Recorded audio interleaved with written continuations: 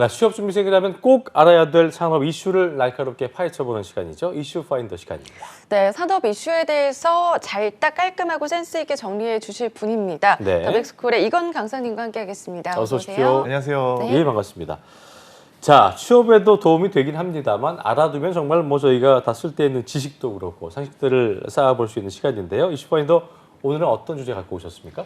사실 저희가 뭐 대선 전후로 해가지고 예. 아리백 얘기했던 거 기억나시죠? 맞아요. 그러면서 이제 그게 사실은 어떻게 보면 탄소 중립, ESG 경영에 대한 이야기였는데 사실 ESG 경영하면 대부분의 친구들이 E만 생각하는 경향이 있더라고요. 예. 그래서 좀 더 디테일하게 들어가기 위해서 오늘은 그 다루지 않았던 S, 사회적 파트에 대해서 소셜 알아보려고 부분에 합니다. 대해서. 네. 그렇군요. 네, 일단 ESG에서 S가 사회인 걸로 알고 있는데요. 이런 관련 이슈가 많잖아요. 사회적 가치가 될 수도 그렇습니다. 있고 뭐 사회적 책임도 될 수가 있는데 어떻게 보면 되나요? 저도 이제 그거는 맞다고 생각을 합니다. 일단 사실 여러분들 입장에서는 그냥 사회적 공헌, 뭐 사회적 책임, 뭐 이 정도의 수준에서 그냥 기억해 놓으시는 것도 바람직한 부분이 될 수는 있지만 어떻게 보면 완전히 이해했다고는 얘기할 수는 없겠죠. 반만 예. 이해했다 이렇게 얘기를 하고 싶어요. 예. 그래서 그보다 좀 더 큰 범주는 ESG에서는 다루고 있다. 그래서 이게 어떻게 보면 경영 전략 중에 하나라고 이해를 하시고 넘어가셔야 됩니다. 그러니까 CSR 같은 경우도 이제 관련해 가지고 기업이 그 지역 사회와 상생하기 위해서 여러 가지 전략들을 추구하는 건 맞지만 네. 기본적으로 그 팀 자체는 사회 문제를 보완하는 측면이 더 강하거든요. 예. 뭐 사랑 연탄 배달이라든지 뭐 이런 네. 것들 있지 않습니까? 그래서 이거는 보완하는 측면이 강한데 ESG 같은 경우에도 뭐 사회적 책임이나 이런 것들은 분명히 존재하지만 이거는 단순히 기부나 봉사활동 같은 그런 사례에만 국한되는 게 아니라 인권이라든지 경영과 관련된 노동, 고용 혹은 소비자와 관련된 내용이라든지 네. 아니면 보호까지도 총괄하는 기업의 지속 가능한 구조에 초점이 맞춰져 있다. 이렇게 이해를 하셔야 되고요. 예. 이것 자체도 사실은 이제 CSR 같은 경우에는 뭐 기업의 브랜드 이미지 때문에 그런 거 아니냐, 뭐 사회적 책임 그냥 말 그대로 지역 사회와 상생하기 위해서 혹은 기업이 만들어 놓은 사회적 그런 문제들을 해결하기 위해 있는 거 아니냐라고 생각하는 경우가 있는데 이거는 기본적으로 행위의 주체 자체가 기업이 아니라 투자자를 위한 거. 그러니까 즉 여러분들이 기업을 평가하고 진짜 투자할 만한 기업인지를 확인하게끔 만들어주는 지표로서 확인할 수 있는 자료이기 때문에 경영 전략이라고 생각하시는 게 바람직합니다. 네. 예. 아까 얘기하신 대로 이제 중요해 보이긴 하는 부분이지만 ESG라는 것이 이제 화두로 떠올랐을 때 우리가 인바이러먼트, 그러니까 이제 그 E나 뭐 G 쪽에만 좀 신경을 쓰고 그 특히나 기업들은 환경적인 부분에 더 신경 쓴 것 같아서 네. S는 약간 좀 소외되는 느낌이었는데요, 그죠? 네, 맞습니다. 그러니까 사실 이제 이 자체가 환경 자체가 여러분들도 이해하기 쉬울 거예요. 뭐 탄소 중립 당장 이제 좀 있으면 봄이잖아요. 봄에 네. 오면은 또 이제 황사며 뭐며 해가지고 또 그런 문제들도 있고요. 당장에 뭐 충북에서 지금 뭐 히토류가 생산된다라고 했을 때 뭐 우리가 방사능이 어쩌고 저쩌고 이런 얘기들이 사실은 직관적으로 이해하기 더 쉬운데 네. 기업 입장에서도 사실 마찬가지거든요. 왜냐하면은 수출을 하는 우리가 이제 기업 자체가 대한민국이 수출 주도형 국가다 보니까. 뭐 유럽이라든지 이런 시장에 갈 때 탄소가 되게 중요해진다 막 이런 얘기들이 있으니까 당장에 먹고 사는 문제가 발생하기 때문에 아무래도 이런 게 좀 중심이 되지 않았을까 싶습니다. 하지만 제 개인적인 생각에는요, 이 어느 정도 규제가 자리 잡히고 기업이 그런 관련된 일련의 그 생산 가능 활동들을 준비를 해놓고 난다라고 한다면 기본적으로 저는 이 S의 영향력이 훨씬 더 커질 거라 생각을 하거든요. 그래서 여러분들도 이 S를 좀 기억해 놓으셨으면 좋겠어요. 네. 기본적으로 이제 투자업계에서 ESG가 아니라 할지라도 사회적 소비, 사회적 가치 소비 등 개념 같은 것들은 이제 기업의 평가 요소로 작용할 수도 있을 것이고요. 그리고 여러분들 입장에서도 사실은 자기소개서 첨삭이나 면접할 때 맨날 이만 얘기하거든요. 자랑하거든요. 막 탄소 어떻게 줄여야 된다. 당장에 내가 취업하고 나면은 A4용지 안 쓰겠다. 막 이런 얘기들만 써요. 네. 그런 얘기들을 넘어서는 이야기를 했을 때 좀 더 여러분들의 다양성이 보여지지 않을까 싶습니다. 그렇군요. 네, ESG 중에서 S가 그럼 뭔지 좀 풀어서 설명을 해주시죠. 네, S 같은 경우에는 ESG 네. 항목 중에 네. 인권, 노동 조건, 고용관계, 안전 보건, 소비자 보호를 고려한 경영 활동을 추진하는 것을 모두 의미합니다. 그렇군요. 네. 그래서 이제 주요 이슈로는 고객 만족, 데이터 보호, 그리고 프라이버시, 그리고 성별 및 다양성, 직원 참여, 지역사회 관계, 네. 인권, 노동 기준 여러 가지들을 다루고 있습니다. 그렇군요. 들어보니까 이제 뭐 이게 사회적 책임 경영이기 때문에 기업 입장에서 전반적으로 좀 사람을 위한 것들, 향하는 것들, 사람과 관련된 내용들이 다 담겨 있다고 좀 보면 되겠네요. 그렇죠? 네, 맞습니다. 저도 사실 이 자료를 조사하면서 사회라고 하는 그 소셜 파트가 그냥 사회라고 생각하시기보다는 인간이라고 생각하시는 게 좀 더 이해도가 빨리 작용하지 않을까 싶다는 생각이 들더라고요. 그래서 그 인간이라는 게 결국에는 기업의 경영 활동을 영위하는데 사람이 끼는 파트가 어딘지 생각해 보시면 참 편리하게 이해하실 수 있을 거라 생각을 합니다. 예. 대표적인 예시는 당연히 내부 직원, 즉 고용되어 있는 관계겠죠. 그리고 나아가서는 외부 하청업체나 파트너사가 될 수도 있고요. 그렇죠. 그리고 더 크게 봤을 때는 이제 뭐 이런 옆에 있는 우리 지역 사회에 살고 있는 사람들, 시민들까지도 다룰 수가 있는 거고요. 네. 그리고 여러분들의 제품을 구매하는 소비자들까지도 사실은 그 관계 안에 포함이 되겠죠. 네. 근데 이제 우선적으로 고용한 직원 중심으로 좀 설명을 먼저 드리고 싶어요. 네네. 그래서 고용한 이제 직원 중심으로. 네. 예. 그래서 이제 서구권 국가들에서는 S 이슈를 다룰 때 주로 DEI로 설명을 한다고 이것도 해요. 줄임말인 거죠? 네, 예. 이거는 Diversity, Equity 그리고 Inclusion. 그래서 Diversity, Equity, Inclusion. 네, 예. 그래서 다양성과 형평성, 호용성의 가치로 설명을 하더라고요. 네. 이게 뭐냐면은 학력, 국적, 성별, 인종, 문화, 종교, 세대, 성소수성 차이에 따라서 차별받지 않고 이 다름이 존중되는 그런 문화를 가진 일터를 만들자. 약간 이런 취지라고 생각을 하시면 될 것 같고요. 네. 실제로 포춘 선정 500대 기업 중에 30%, 39%의 기업이 이 관련되어 있는 DEI 관련된 업무를 담당하고 있는 임원과 팀원까지도 구성하고 있고요. 여러분들이 막 CEO라든지 CFO라든지 이런 단어들 많이 그런 거 보셨잖아요. 있었죠. 예, 네. 그런 적 있잖아요. 근데 CDO라 그래가지고 Chief Diversity Officer라는 그 직위 자체도 생겨났다고 합니다. CDO가 생긴 거예요. 네, CDO라는 직책이 있다고 합니다. 그렇군요. 다양성 전담 임원이라고 보면 되는데 궁금해요. 회사에서 구체적으로 어떤 일을 하는 되게 좀 분들인지. 추상적인 느낌인 것 같은데. 예. 예. 네, 그래서 이제 조직 내에 이제 막 당연히 이제 다양성을 존중하는 측면을 강화시킨다 그랬잖아요. 그러니까 이제 기본적으로 차별 방지를 가장 중요 전담 업무로 한다라고 생각하시면 좋을 것 같아요. 네. 거기에 이제 연장선으로서 원활한 소통을 만든다든지 아니면은 조직 간의 수평적 조직 문화를 구성한다든지 뭐 이런 것들을 관리하고 있고요. 예. 그리고 이 과정에서 단순히 그냥 이제 개개인별로 그거를 또 알아서 해주고 막 이런 그런 뭔가 고충 상담 처리, 민원 처리의 정도에서 끝나는 게 아니라 기본적으로 이 DEI 확산과 이 수준을 전반, 사회 전반 그리고 기업 전반에 넓히는 거를 주력으로 하는 그런 업무를 수행하고 있습니다. 네. 자, 그렇다면 기업이 사실 예전에는 이제 생각하는 게 이런 ESG 나오기 전에는 기업은 돈 버는 거가 이제 우선이었기 때문에 돈과 직결되는 이게 돈과 직결되는 거야라고 생각했을 때 그런 게 아닌 거에 대해서는 가치를 둘까 싶었는데 그만큼 조직 문화, 어떤 기업 문화가 바뀌어가고 있다는 걸 보여주는 부분이 아닌가 싶은데요. 네. 이렇게 CDO란 직군까지 전담 임원까지 나온다는 거는 ESG 경영이 그만큼 중요하다는 얘기 아니에요. 네, 맞습니다. 현 시대에서 네. 그렇죠? 네. 그래서 이제 사실은 과거까지만 하더라도 이런 다양성이나 이런 것들이 중요한가? 솔직히 뭐 저희 윗세대까지만 하더라도 이 다양성보다는 뭔가 수직적인 체계 그리고 뭔가 이거 얘기하면 배부른 소리 한다 이럴 수 있잖아요. 예전 같은 오더를 경우는. 내렸을 때 빠릿빠릿하게 하는 그렇죠. 거, 뭐 이런 게 사실 더 중요하고 네. 뭐 아무래도 속전속결이 더 중요했다 시절이 있었다라고 하는데 이 시대가 진짜 많이 변해가고 있다고 생각을 합니다. 예. 그래서 글로벌 컨설팅 기업 PwC 유명하죠. 근데 PwC에서도 DEI가 이게 단순히 그 다양성인 의미, 그 가치를 그냥 존중한다를 넘어서 경영 성과로도 이어진다라고 보고 있더라고요. 그래서 단기적으로는 당연히 이제 뭐 CDO를 임명한다든지 관련된 부서를 뭐 배치한다든지 아니면 관련된 고충 상담을 한다든지 하는 것들은 비용이겠죠. 하지만 그 비용을 넘어서 장기적으로 봤을 때는 투자로 보는 게 맞다. 이렇게 평가를 하고 있습니다. 그래서 이 두 가지를 기본적으로 DEI를 좀 다루게 되면은 늘어날 수 있는데 첫 번째는 이제 직원들의 강한 동기부여가 일어날 수 있고 네. 그러면 동기부여가 되면은 당연히 뭐 기업의 성장도 당연히 이루어질 수 있겠죠. 두 번째는 소통과 협력의 증진이에요. 그러니까 이제 더 이상 단절되는 그런 현상보다는 4차 산업혁명 자체가 여러 조직, 여러 부서, 여러 기업들이 협업하는 그런 체계를 만들어주고 있는 만큼 어떻게 보면 이 협력이 굉장히 중요한 화두인데 그런 것들을 증진할 수 있다. 특히나 이번에 지금 사실 이제 세대 교체가 일어나고 있잖아요. MZ 세대가 일자 산업군에다가 이제 많이 지원하고 들어오고 있어요.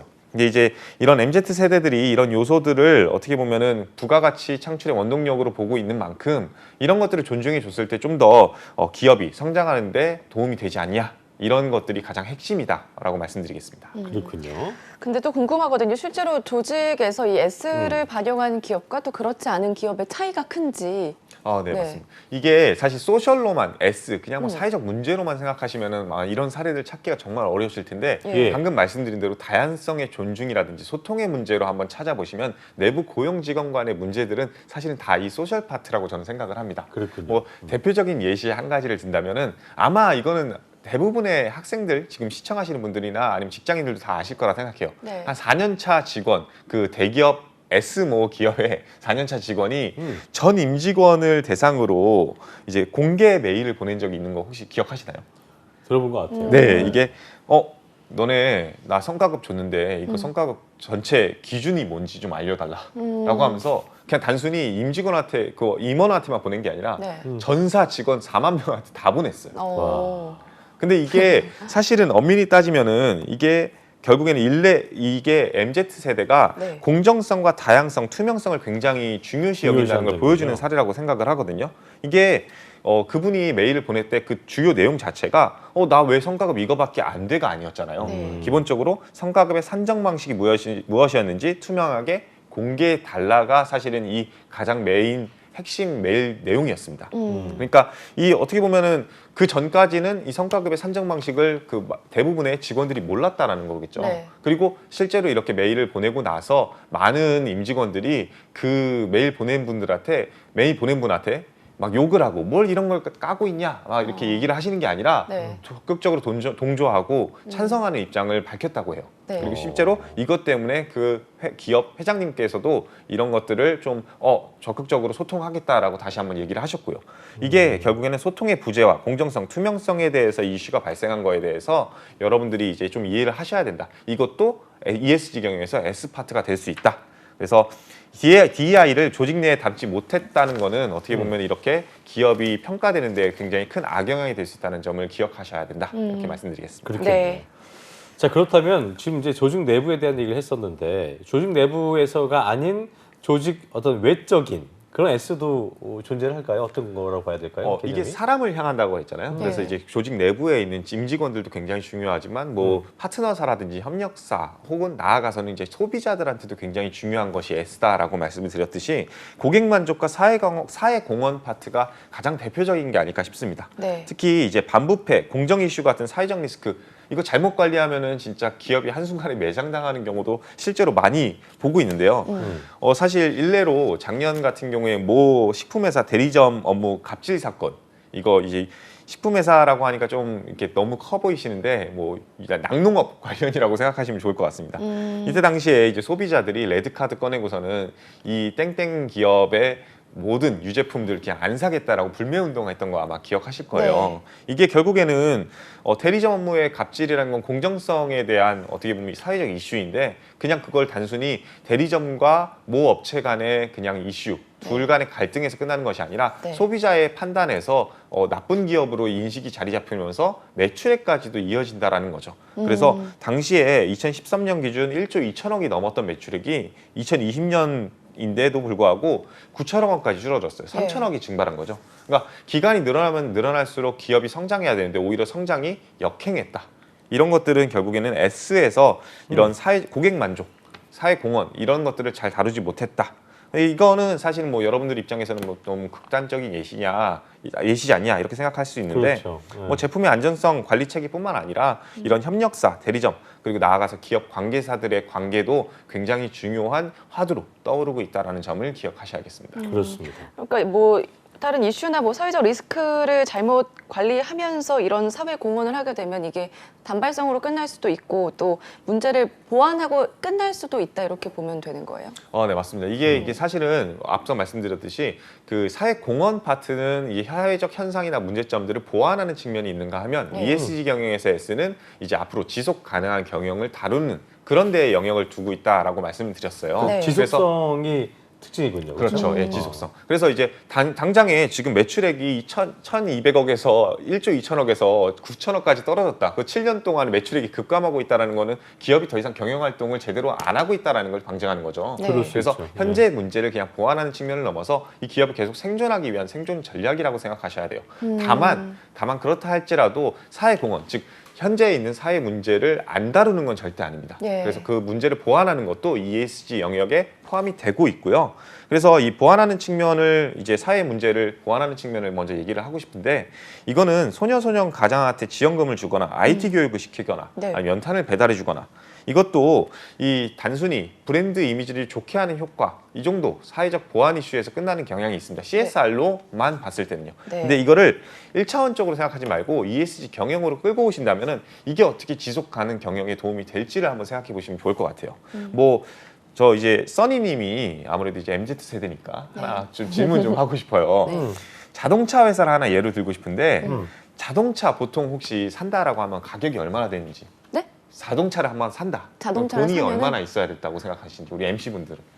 돈이 뭐 한 몇천 있어야 되잖아요. 그렇죠. 네. 뭐 작게 뭐 잡아도 뭐 차의 종류에 따라 다르겠지만 다르겠지만. 뭐 한 2천만 원에서 최소 많게는 2천은 5, 6천까지 있어야 되지 않을까요? 그렇죠. 뭐 네. 여러분들이 뭐 만약에 좋은 브랜드를 산다 그러면 진짜 억 단위도 있어야 그렇죠. 될 거고요. 네. 네. 그러니까 뭐 한 1, 2천 최소는 있어야 된다. 중고차를 네. 사더라도. 그러면은 그 정도 1, 2천만 원 정도를 살려고 한다면은 이게 이 사람들이 이 사회에서 이 정도 돈을 갖고 있고 바로 또 차를 살 수 있다. 일시불로.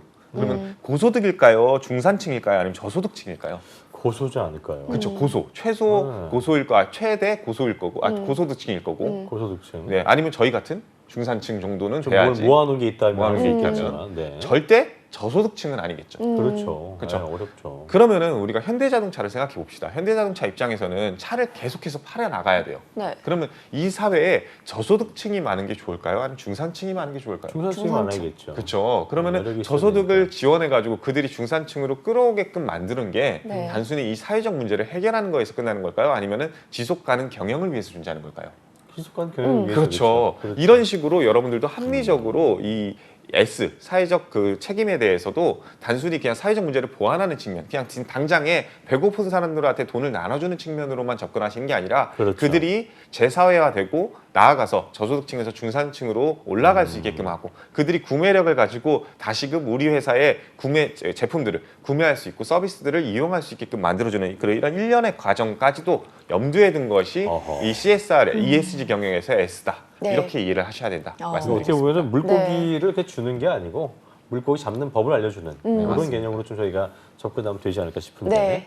자, ESG가 투자에 있어서 중요한 척도가 될 거다 이렇게 말씀하셨었는데 왜 사회적 책임이 투자에서 중요한지 뭐 방금 전에 얘기한 그 부분도 네. 일맥상통할 것이고요. 또 네, 어떤 이유가 있을까요? 맞습니다. 이거를 다 포괄하는 영역은 결국에는 한 가지 단어, 그러니까 지속 가능 경영이 가능하냐. 그렇죠. 이렇게 이 생각을 하셔야 될 것 같습니다. 예. 그러니까 말 그대로 여러분들이 투자를 한다라고 한다면 이 기업이 계속해서 성장할 거를 기대하고 투자를 하는 거고 이 기업이 계속해서 영리를 할 수 있다라는 거를 보고선 투자를 할 거라 생각을 합니다. 그렇죠. 그래서 지속적인 이율이 창출해야 되는 그런 영업의 환경을 조성하는 것이 굉장히 중요하다라는 거죠. 그래서 여기서 말하는 환경이라는 게 그냥 물리적 환경을 의미하는 게 아니라 기업이 경영 활동을 하는 데 있어서 참여하는 사회 구성원 등 같은 것들을 포함하는 정말 광적인 의미다라고 생각하시면 좋을 것 같고요. 네. 이거는 제가 앞서 말씀드렸듯이 단순히 봉사활동, 그냥 단순히 사회적 문제 이런 것들을 해결하는 걸 넘어서 기업이 중장기적으로 생태계 구성 단계부터 시작해서 소비자한테 다가가는 그 단계, 모든 전반적인 단계에서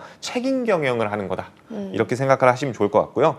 이 서비스, 재화, 일련의 모든 단계, 나아가서 원재료 생산, 판매, 소비 모든 것들을 총체적으로 관리해야 된다는 것을 의미한다. 이렇게 이해하셔야 될 것 같습니다. 그래서 네. 이런 것들은 어떻게 보면은 단순히 단기적으로 봤을 때는 비용으로 보일 수 있겠지만 중장기적으로 봤을 때는 기업의 경쟁력 제고에 강화가 될 것이고 그리고 성장 가능성을 굉장히 높여줄 수밖에 없다. 이렇게 네. 생각하시면 좋을 것 같습니다. 그렇군요. 네, S의 중요성에 대해서 설명을 해주셨는데 그렇다면 우리 취준생들 입장에서는 이 S에 대한 어떤 걸 알고 또 기업에 지원을 할 때 쓸 수 있을지 팁이 중요할 것 같거든요. 네, 이게 사실은 대부분의 취준생들이 뭐 저한테 찾아올 때 예. 많은 기업들이 자기소개서나 면접들에서 ESG 경영을 다루는데 사실은 제가 아무것도 몰라요라고 얘기하는 경우가 되게 많습니다. 그러니까 뭐 내가 환경학과가 아닌데 그 개념 네. 정도는 알고 있어야 되는데. 그죠? 그러니까요. 뭐 어떻게 해야 될지 모르겠다. 그래서 뭐 가서 A4 용지 좀 이면지 쓴다고 하면 어떨까요? 아니면은 되게 귀엽다. 출퇴근할 때 무조건 버스를 타고 출퇴근하겠습니다. 뭐 이런 얘기를 해요. 네. 근데 그것도 사실은 일맥상통한다고 생각을 합니다. 근데 중요한 거는 이제 결국에는 내가 이 경영 자체에 기여할 수 있는 부분이 무엇일지에 대한 이야기를 하셔야 되는데 자꾸 환경 쪽으로만 나아가니까 그런 얘기들 생각하는 게 아닐까 싶거든요. 네. 그래서 여러분들이 R&D 파트나 기술직이면은 당연히 이제 환경 문제들, 탄소 절감을 어떻게 할 수 있을지에 대해서 연구나 개발들을 많이 하겠다. 이런 얘기가 더 합리적일 수는 있겠지만 네. 사회적 파트에서 고객 친화적 모습, 방금 말씀드렸듯이 ESG 경영에서 S파트는 사람을 향하고 있기 때문에 소비자들한테 어떻게 대하는지도 사실은 책임 경영이거든요. 그런 조그만 행위 하나가 회사에 대한 이미지로 이어질 수 있으니까. 맞습니다. 그렇죠? 네, 그래서 여러분들이 ESG 경영을 멀리 보지 말고 내가 영업관리다라고 했을 때 현장에서 고객들이랑 소통을 잘하고 해당 문제점에 대해서 즉각적으로 피드백을 준다든지 기업의 경영 활동에 있어서 적극적으로 의견을 개진한다든지 그렇게 네. 해서 보완해 나가는 그런 것들도 결국에는 ESG 경영에서 한 축을 담당해주고 여러분들이 회사를 위해서 기여하는 파트가 될 겁니다. 그래서 이런 내용들, 다양한 소통과 협력 관계에 대한 이야기를 하시게 되면 네. 자연스럽게 ESG 경영에 기여하는 모습으로 비춰지지 않을까 싶습니다. 예전에 네. 안쌤이 그런 얘기 했었거든요. 그러니까 시험 보러 오는 친구들한테 지방에서 원리 올 수도 있으니까 그 날짜 같은 걸 조정하기도 해야 되고 인사팀 입장에서는 아, 맞아요. 그냥 와가지고 뭐 2, 3만 원 주고 하는 게 아니니까 그런 부분들 하나만으로도 회사가 정말로 고객을 위하는지 뭐 이런 거에 대한 얘기를 했던 적이 있었는데 네. 이것도 뭐 그런 부분의 일종이라 볼 수도 있겠네요. 그렇죠? 네, 맞습니다. 네. 그러니까 사실 저는 그렇게 생각해요. 취준생들도 지금 당장에 봤을 때는 여러분 기업 입장에서는 뭐 그냥 취준생, 우리 회사 들어오고 싶은 사람 그러니까. 이렇게만 이해하겠지만 중장기적으로 봤을 때는 아이고 고객님이라고 하는 그렇죠. 그 구조로 갈 네. 수밖에 없거든요. 그래서 실제로 인사부도 면접관들한테 면접 보기 전에 절대 험담하지 마라, 반말하지 마라, 공손하게 대해라 라고 하면서 그 면접관들한테 교육을 따로 합니다. 그렇군요. 네. 왜냐하면 그들이 결국에는 잠재 고객이기 때문에. 그래서 여러분들도 기업을 무시하기보다는 기업이 나한테 함부로 대한다 이렇게 생각하시기보다는 서로 일단 어쩌면 동등한 대등 관계이자 나아가서는 내가 만약에 거기 취업한다라고 한다면 여러분들 또한 다른 고객들이나 소비자들한테도 그렇게 다가가야 되는 모습을 견지해야 된다 인지하시는 것이 가장 바람직합니다. 예. 네. 아까 얘기했던 이제 소통 관련된 그런 부분들을 이제 어떻게 이제 취업 준비생들 입장에서 그렇다면은 알아볼 수 알아보면 좋을지 네. 팁을 더 주시면 좋을 것 같아요. 네.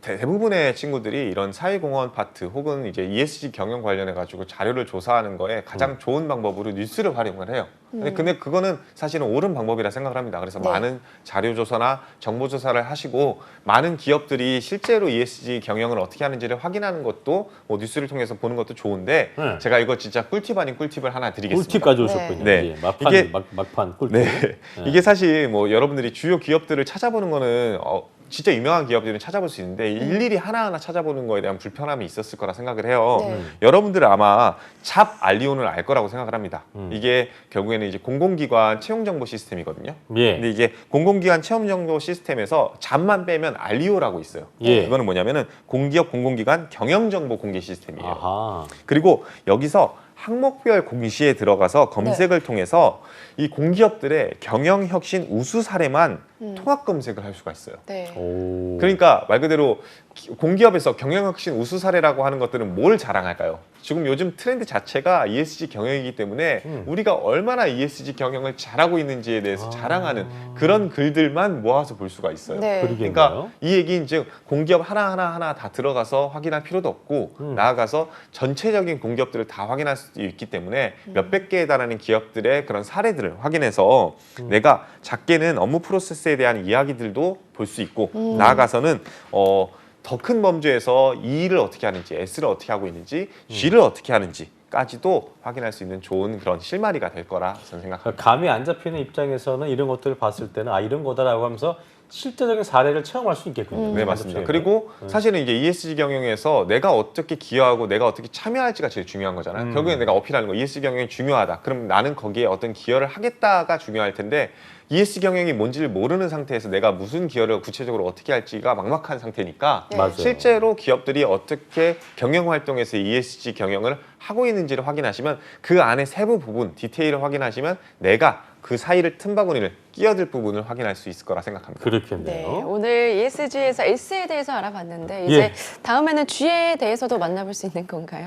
네. 그래도 네. 여러분들 네. 절대로 이게 시리즈라고 얘기했는데 언제 G를 찾아올지 모르겠지만 네, 최대한 그래도. 여러분들에게 G까지도 찾아오게 해서 ESG를 완전히 독파해서 여러분들이 면접이던 자기소개서던 그런 내용들 뭐 놓치지 않게끔 도와드리는 그런 시간 만들도록 하겠습니다. 자, 네. 오늘 배웠던 S에 대해서 짧게 원포인트로 정리하면서 마무리할까요? 네. 여러분 ESG 경영에서 절대 E만 있는 게 아닙니다. S 또한 여러분들이 다룰 수 있는 좋은 영역이고 오히려 어필하기 더 쉬운 영역이니까 S 꼭 참조하셔서 이 방송 보시고 자기소개서 면접에서 꼭 응용하셨으면 좋겠습니다. 예. 네, 알겠습니다. 지금